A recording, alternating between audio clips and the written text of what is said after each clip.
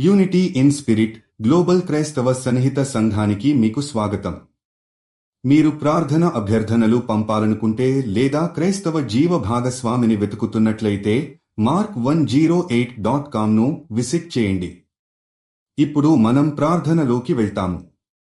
ప్రభువా, ఈ ప్రపంచంలో మనం ఉన్నప్పుడే మనం మన చుట్టూ ఉన్న సమాజంతో కలిసి జీవిస్తుంటాం.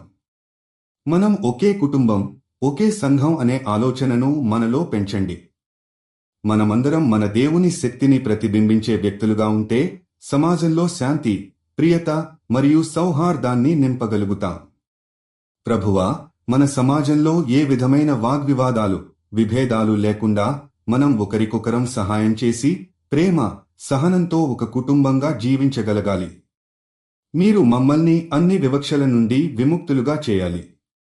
మీరు మనకు శక్తిని ఇచ్చి మనం పునరుద్ధానం చేసేందుకు మరియు గౌరవంగా ఒక తగ్గ సానుభూతితో అందరి వైపు ప్రేమను చూపేందుకు మార్గం చూపించండి.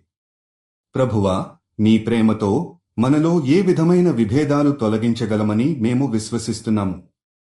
మన సామాజిక బంధాన్ని పటిష్టపరచండి. దయచేసి మనం చల్లగా, శాంతంగా ఉండేలా మార్గం చూపండి.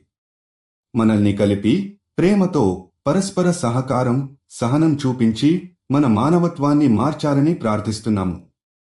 యేసు నామంలో ఆమేన్. యూనిటీ ఇన్ స్పిరిట్తో కలిసి ప్రార్థించినందుకు ధన్యవాదాలు.